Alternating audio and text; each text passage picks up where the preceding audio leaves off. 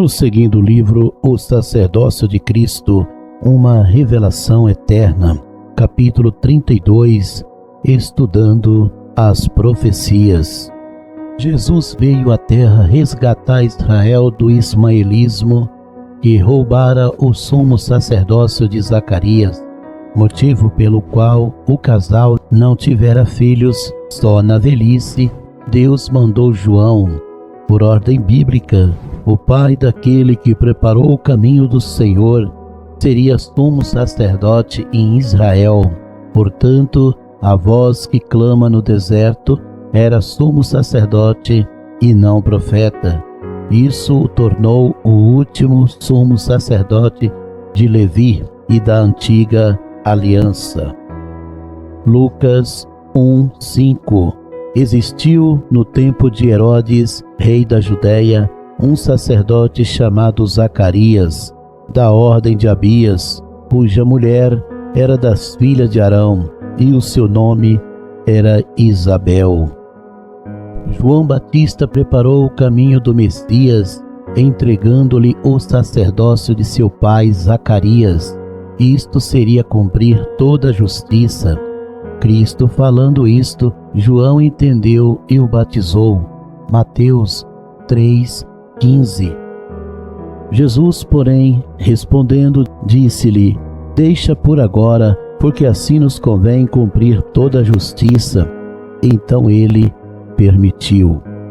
Jesus disse que não veio fundar religião por não se achar digno da missão, mas restaurar a obra do seu Pai. João 5:31. Se eu testifico de mim mesmo, o meu testemunho não é verdadeiro. Jesus Cristo, o sacerdote, permaneceu firme até a morte, para tornar-se o sumo sacerdote eterno. Hebreus 5:5. Assim também Cristo não se glorificou a si mesmo para se fazer sumo sacerdote, mas aquele que lhe disse: Tu és meu filho, hoje te gerei. O Senhor, vindo em carne, restaurou a aliança feita a Moisés, que estava quebrada. Hebreus 8:6. Mas agora alcançou ele ministério tanto mais excelente, quanto é mediados de uma nova aliança, que está confirmada em melhores promessas.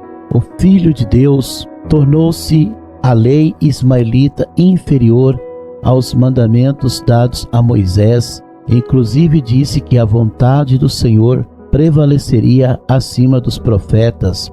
Mateus 22:40. Destes dois mandamentos dependem a obediência dos profetas.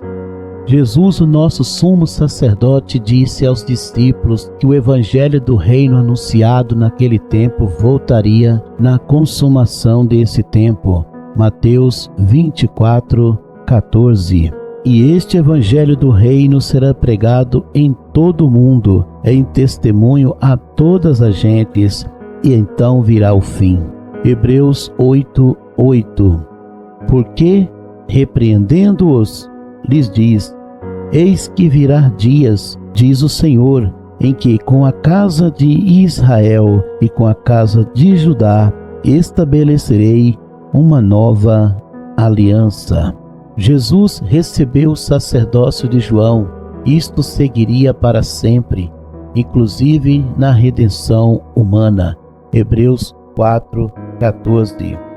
Visto que temos um grande sumo sacerdote, Jesus, Filho de Deus, que penetrou nos céus, retenhamos firmemente a nossa confissão. A igreja trocou a nova aliança pela graça. Hebreus 8:10. Porque esta é a aliança que depois daqueles dias farei com a casa de Israel, diz o Senhor. Porei os meus mandamentos no seu entendimento, e em seu coração os escreverei, e eu lhes serei por Deus, e eles me serão por povo. Jesus disse que ele e os irmãos seriam madeiro verde, mas breve secariam, deixando de existir os grupos dos filhos de Israel.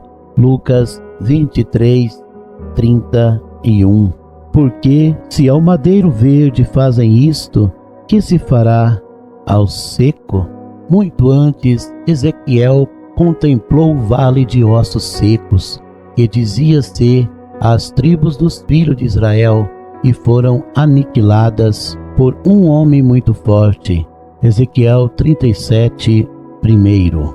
Veio sobre mim a mão do Senhor, e ele me fez sair no espírito do Senhor, e me pôs no meio de um vale que estava cheio de ossos secos.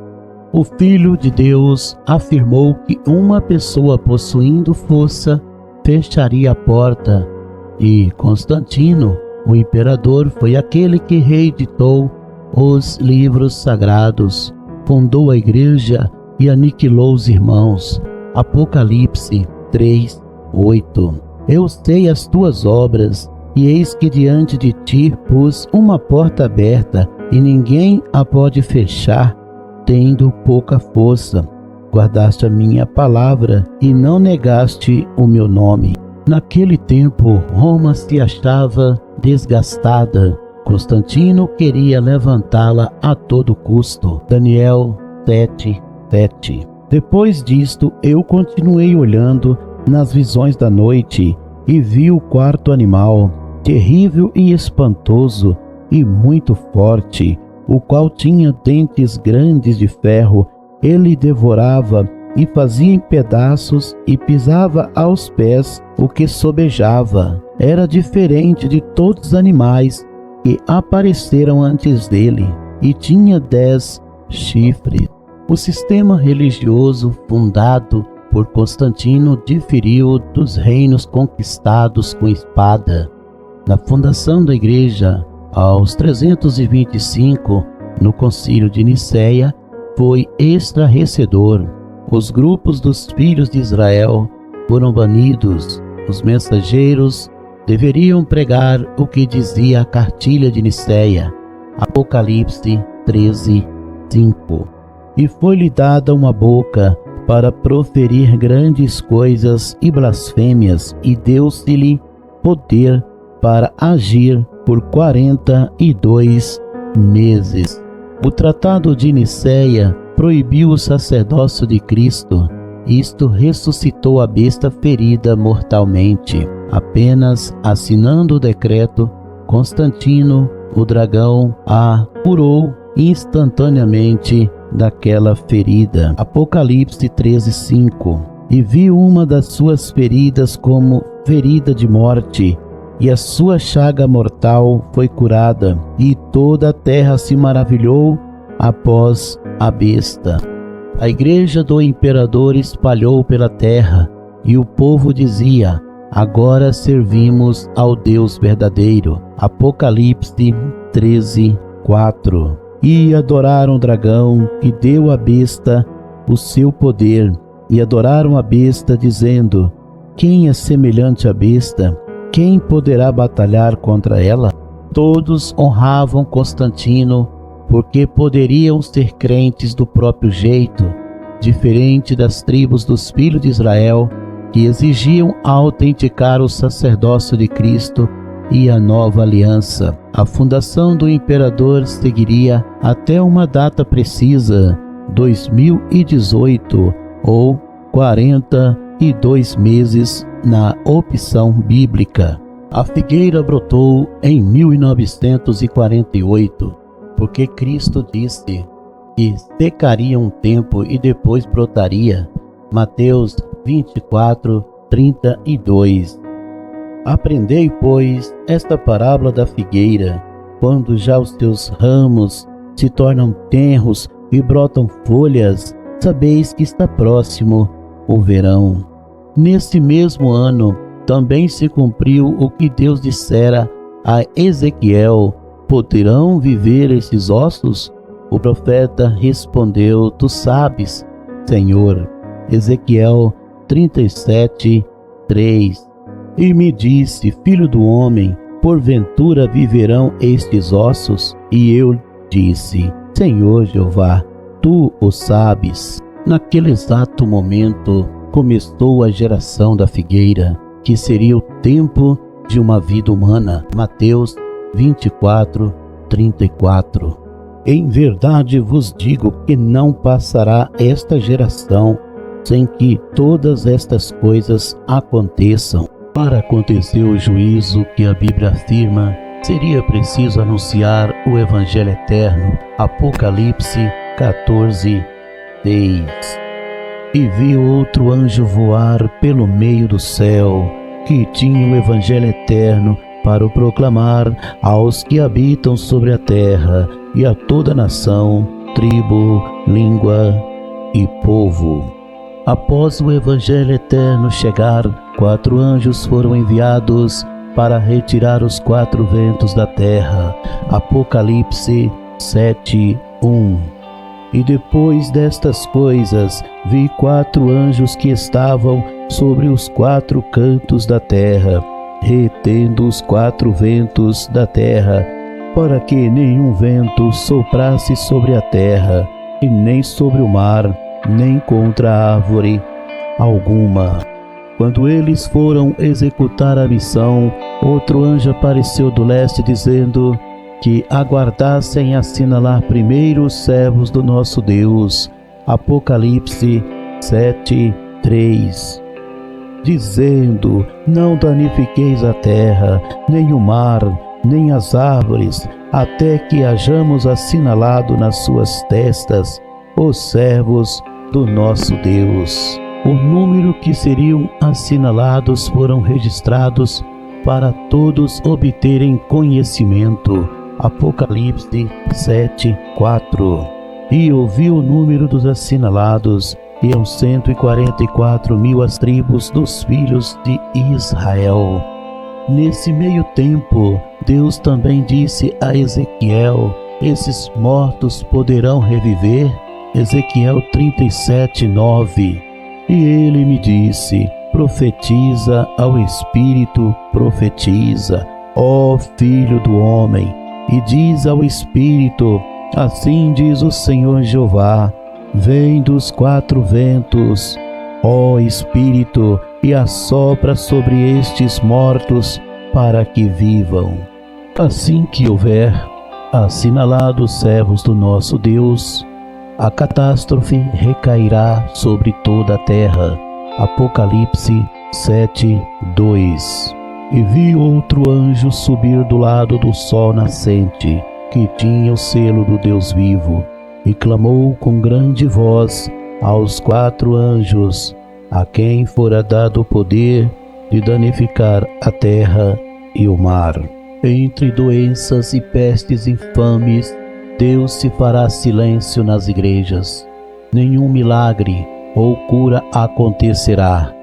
Nesse tempo, muitos sairão buscando a palavra e não acharão. Amós 8:12. E irão errantes de um mar até outro mar, do norte até o oriente. Correrão por toda parte, buscando a palavra do Senhor, mas não a acharão. Após Deus fazer silêncio nas igrejas, o Espírito Santo não contenderá nelas muito tempo. Amós 8:11. Eis que vem dias, diz o Senhor Jeová, em que enviarei fome sobre a terra, não fome de pão, nem sede de água, mas de ouvir as palavras do Senhor. O Espírito Santo saindo das igrejas são os ventos deixando de soprar. Daí começará as operações do Jesus Cristo de Ismael, segundo Tessalonicenses 2, 6. E agora vós sabeis o que o detém, para que a seu próprio tempo seja manifestado. A primeira operação do Jesus Cristo de Ismael é a falsa vinda de Cristo acontecendo. Mateus 24, 26. Portanto, se vós disserem: Eis que ele está no deserto, não saiais. Eis que ele está no interior da casa, não acrediteis. A segunda operação do Jesus Cristo de Ismael será manifesta em carne para todos verem a chegada do Messias agora. Segundo Tessalonicenses 2:8. Então será revelado o iníquo, a quem o Senhor desfará pelo assopro da sua boca e aniquilará pelo esplendor da sua vinda. Após a colheita do joio, o segundo anjo do juízo virá, dizendo que a Babilônia caiu. Apocalipse 14:8. E outro anjo seguiu, dizendo: Caiu, caiu Babilônia, aquela grande cidade que a todas as nações deu a beber do vinho da ira da sua fornicação. Quando a terrível Babilônia cair, os templos se tornarão moradas de demônios. Apocalipse 18:2. E clamou fortemente com grande voz, dizendo: Caiu, caiu a grande Babilônia, e se tornou morada de demônios, e covil de todo espírito imundo, e esconderijo de toda ave imunda e odiável. O anticristo, por professar Jesus em espírito, tornou-se bem entendido na palavra. Portanto, erguerá uma igreja única para impedir as pessoas serem reveladas por Deus. 1 João 4:3. E todo espírito que não confessa que Jesus Cristo veio em carne não é de Deus, mas este é o espírito do anticristo, do qual já ouvistes que há de vir, e eis que já está no mundo. Ele marcará o povo gentil com o sinal da besta, para se opor aos selados 144.000. A perseguição atingirá também os escolhidos. Apocalipse 13:16. E faz que a todos, pequenos e grandes, ricos e pobres, livres e servos, lhes seja posto um sinal na sua mão direita ou nas suas testas. Após aplicar sua marca nos homens, proclamará a sua paz mundial em toda a terra. 1 Tessalonicenses 5:3. Assim, quando disserem a paz e segurança, então lhes sobrevirá repentina destruição, como as dores de parto àquela que está grávida, e de modo nenhum escaparão. Durante a falsa paz, o sumo sacerdote Jesus arrebatará o seu povo, levando-o à cidade santa. 1 Tessalonicenses, capítulo 4, versículo 17. Depois nós, os que ficarmos vivos, seremos arrebatados juntamente com eles nas nuvens, a encontrar o Senhor nos ares, e assim estaremos sempre com o Senhor.